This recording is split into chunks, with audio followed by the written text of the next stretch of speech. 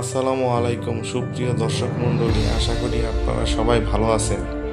আমি আজকে আমার এই ভিডিওতে মানিকগঞ্জ জেলার বিভিন্ন তথ্য সম্পর্কে আপনাদের জানানোর চেষ্টা করব।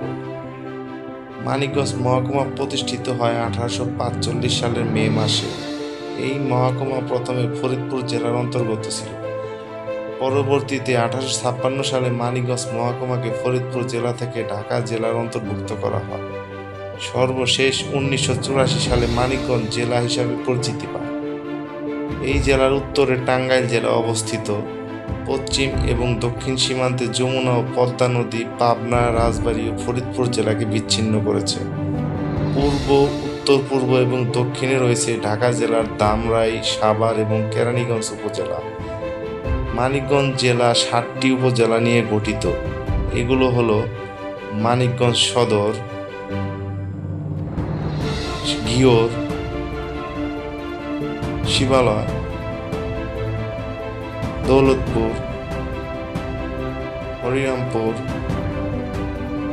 সাটুরিয়া এবং সিংগাইর। মানিকগঞ্জ জেলার আয়তন 532.43 বর্গ মাইল। মোট জনসংখ্যা 15,58,024 জন। এর মধ্যে পুরুষ 7,51,784 জন এবং মহিলা রয়েছে 6,38,694 জন। এই জেলার মধ্য দিয়ে বয়ে গেছে পদ্মা, যমুনা, ইছামতি, ধলেশ্বরী সহ আরও অনেক নদী।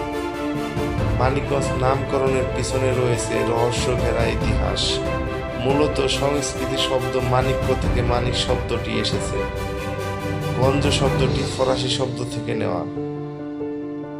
মানিকগঞ্জ নামে কোনো গ্রাম বা মৌজার অস্তিত্ব আজ পর্যন্ত পাওয়া যায়নি।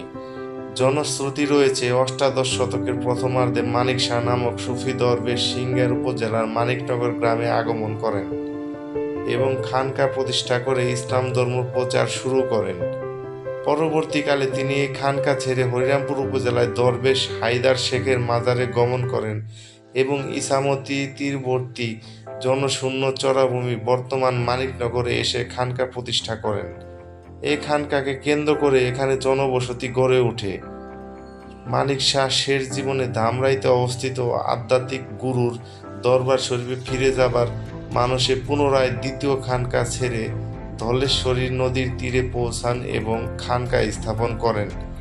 এভাবেই ধলেশ্বরীর তীরে মানিক শাহর খানকাকে কেন্দ্র করে জনবসতি ও মোকাম প্রতিষ্ঠিত হয়। তাই ধারণা করা হয়ে থাকে মানিক শাহের নাম অনুসারে আজকের মানিকগঞ্জের পরিচিতি পায়।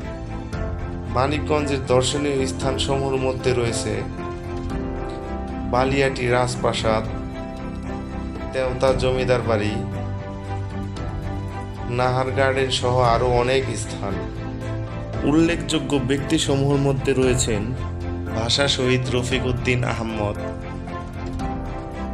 নোবেল বিজয়ী ডক্টর অমর্ত্য সেন, উপমহাদেশের চলচ্চিত্রের জনক হীরালাল সেন, সাহিত্যিক এবং গবেষক ডক্টর দীনেশ চন্দ্র সেন, কিশোরীলাল রায় চৌধুরী, শহীদ বুদ্ধিজীবী মনির চৌধুরী, নাট্য অভিনেতা শামীম জামান এবং ফারুক আহমেদ সহ আরও অনেকে।